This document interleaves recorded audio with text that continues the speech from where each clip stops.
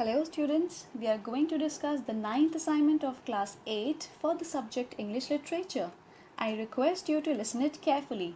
We have chapter number 2 and the name of the chapter is How the Rhinoceros Got His Skin.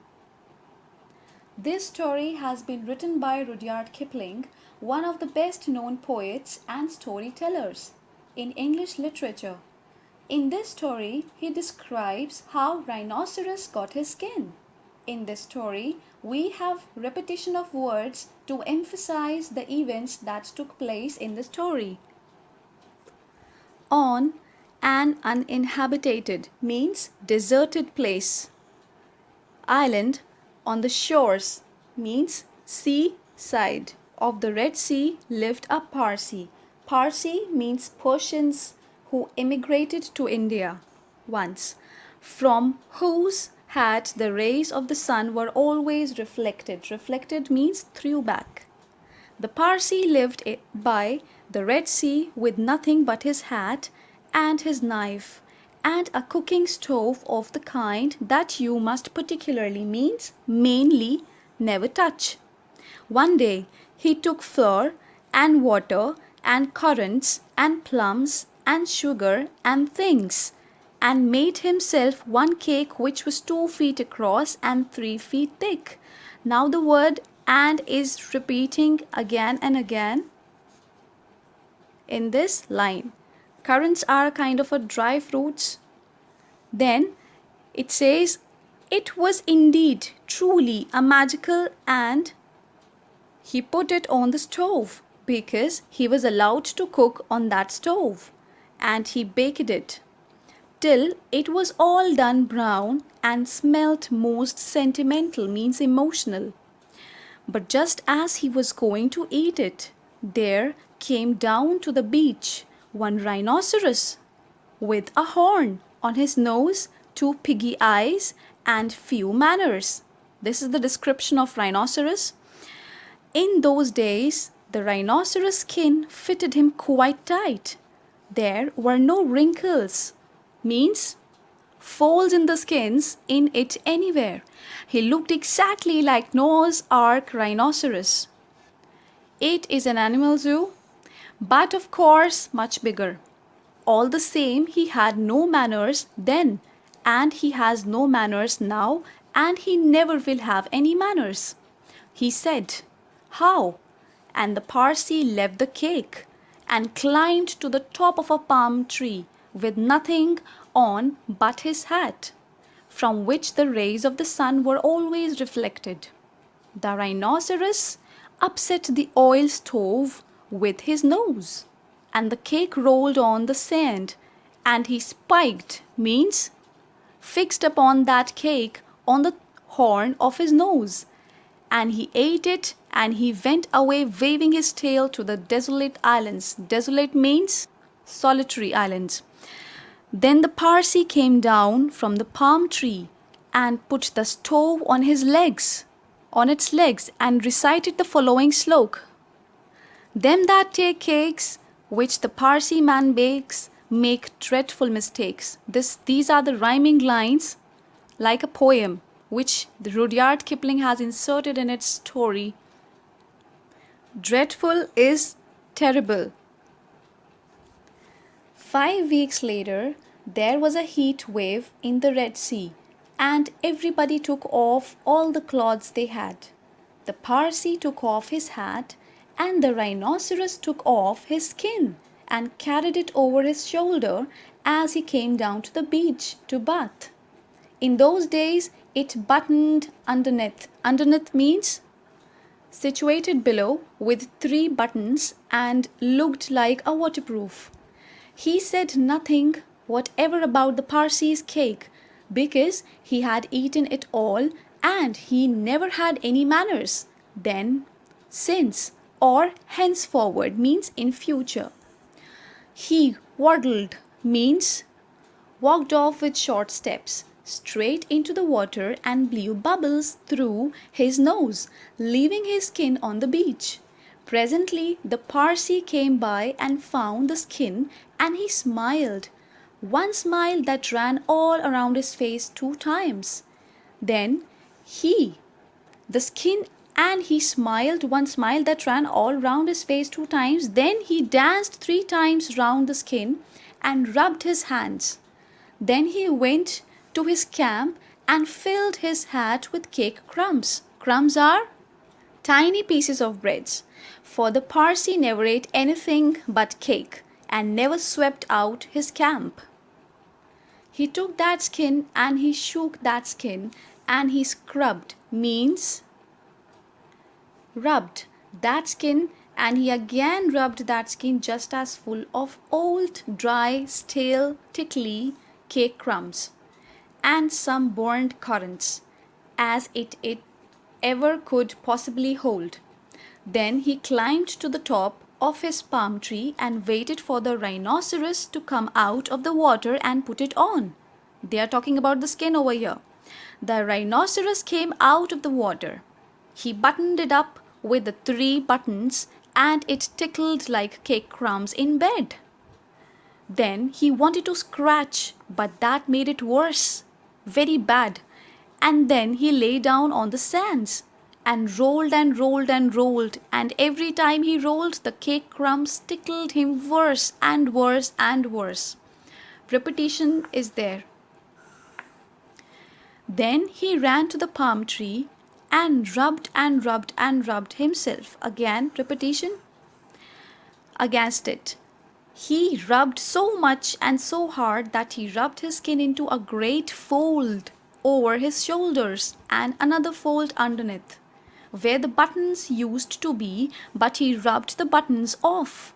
And he rubbed some more folds over his legs. And it spoiled his temper. Temper is mood. But it did not make the least difference to the cake crumbs. Crumbs are tiny pieces of bread. They were inside his skin and they tickled. Tickled means they lightly touched its skin. So he went home, very angry indeed, means truly, and horribly scratchy. And from that day to this, every rhinoceros had great folds in his skin and a very bad temper, all an account of the cake crumbs inside. The Parsi came from his palm tree wearing his hat, from which the rays of the sun were always reflected, packed up his cooking stove, and went away in the direction of meadows. Meadows means pastures. Therefore, Rudyard Kipling is one of the famous poets, and in this story he brings up the rhyme and at the same time the repetition of words which emphasized the events in the story. And so rhinoceros are said to have now horribly scratchy and angry indeed.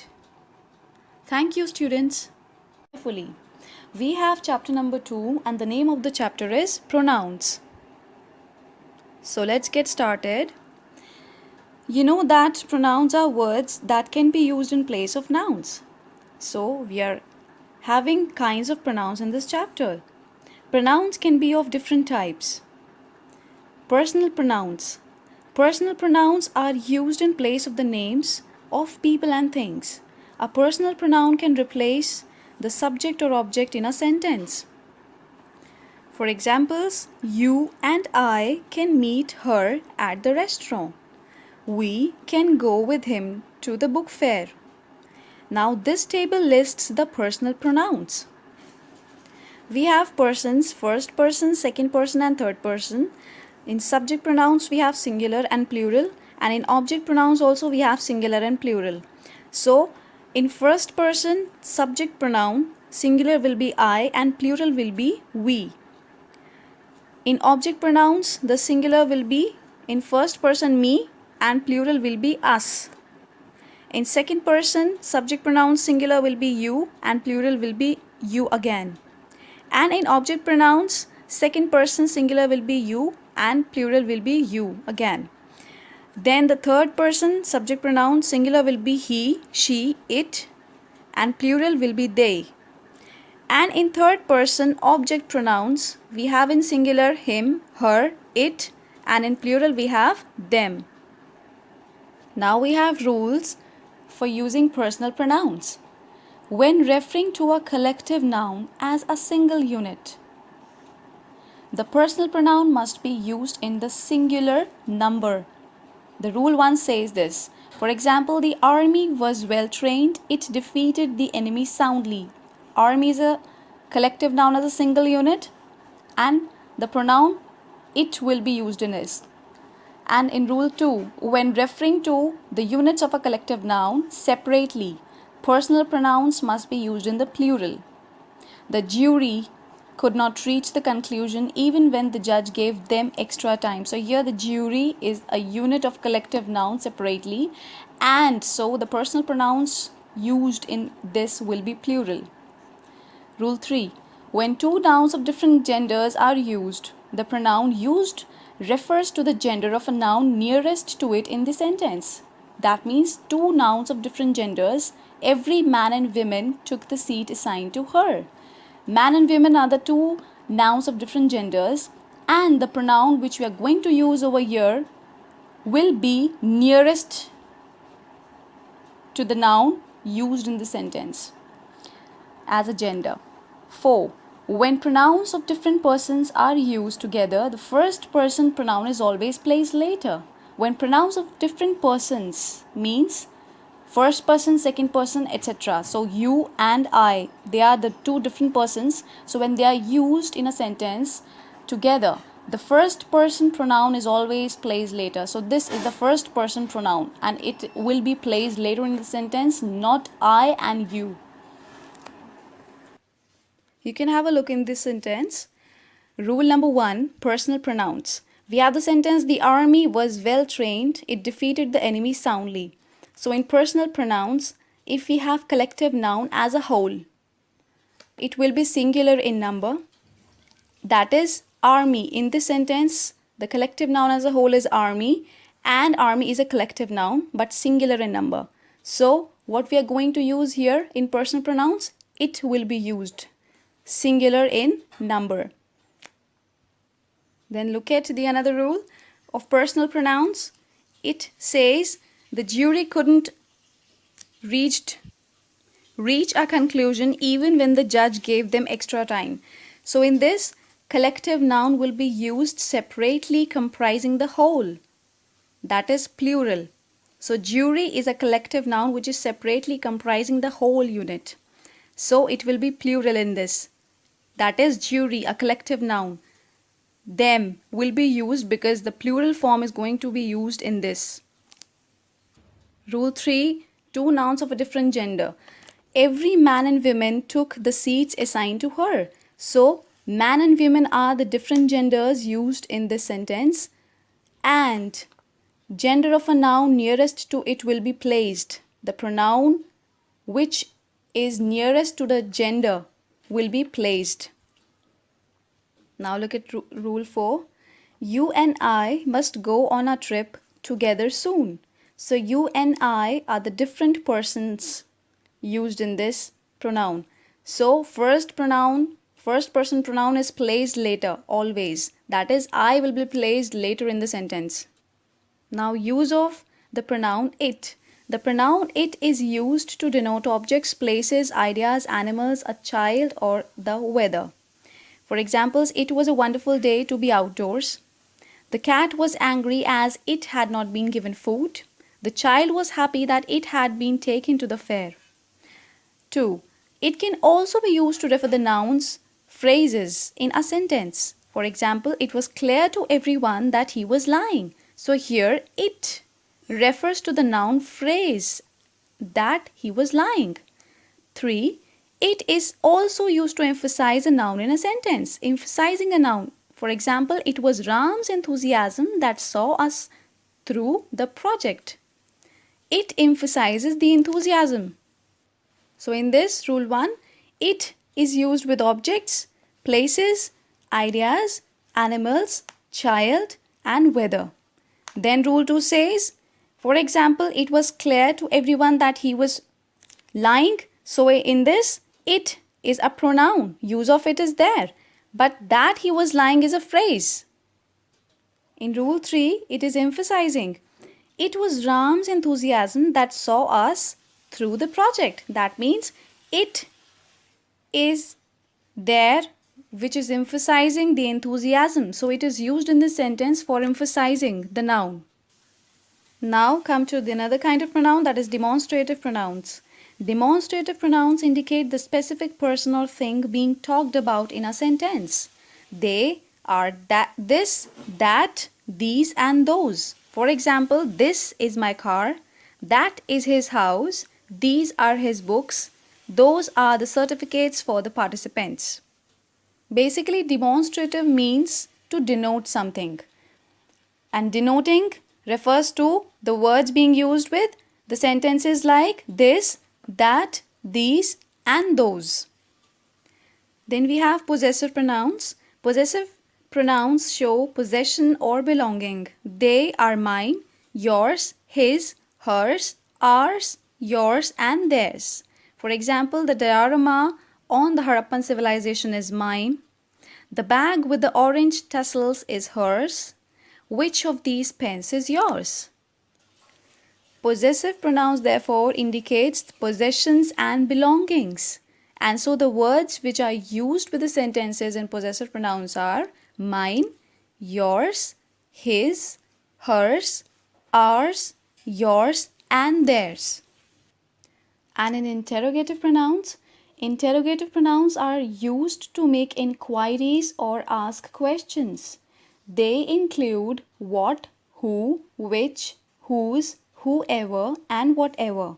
For examples, what do you want from me? Who drew this portrait? Which came first, the chicken or the egg? There's one seat empty. Whose is it? Whom did you tell about the incident? Whoever would do such a thing? Whatever did he say to make her smile like that? So in interrogative pronouns, we inquires or ask questions. And the words which are used in these pronouns are what, who, which, whose, whoever and whatever. So let's try the exercises. It says fill in the blanks with the appropriate pronouns. So appropriate pronouns means the pronouns in the bracket are given to you. One pronoun is correct and one is incorrect. You have to put the correct pronoun in the blanks in each sentence of the exercise. So the first one says these books are dash. So you have to put the correct one from the bracket, my or mine. These books are mine. The peon delivered the letters dash, himself or itself. The peon delivered the letters himself. Similarly, you have to try and attempt this exercise yourself. In the next exercise, you have to identify the pronouns in these sentences and mention their types. Who is the class monitor this year? Identifying the pronoun, we'll get who. We have to underline that and we have to write it down. The type, that is interrogative.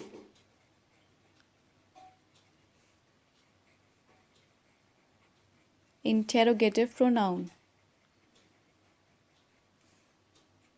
Then the next one says, the hat in the box is hers. So we are identifying the pronoun again, underlining hers, and this will be the possessive pronoun.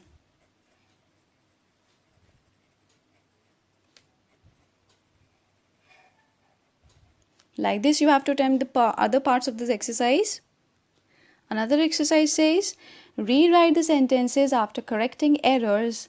Identify the types of the pronouns you use to correct the errors. So the incorrect sentences are given to us. We have to rewrite them by correcting the words in the sentences. So in the first one, them decided to arrange a picnic for the children. So which word seems to be incorrect or as an error in this? Them. So in place of them, what will come? They decided to arrange a picnic for the children. The second says, I am sure of mine success. So the error which seems to be incorrect in this, mine. You have to underline that and rewrite it. I am sure of my success. Similarly, like this, you have to do the rest parts of your exercise. So today we have done kinds of pronouns: personal pronoun, demonstrative pronoun, possessive pronoun, and interrogative pronoun.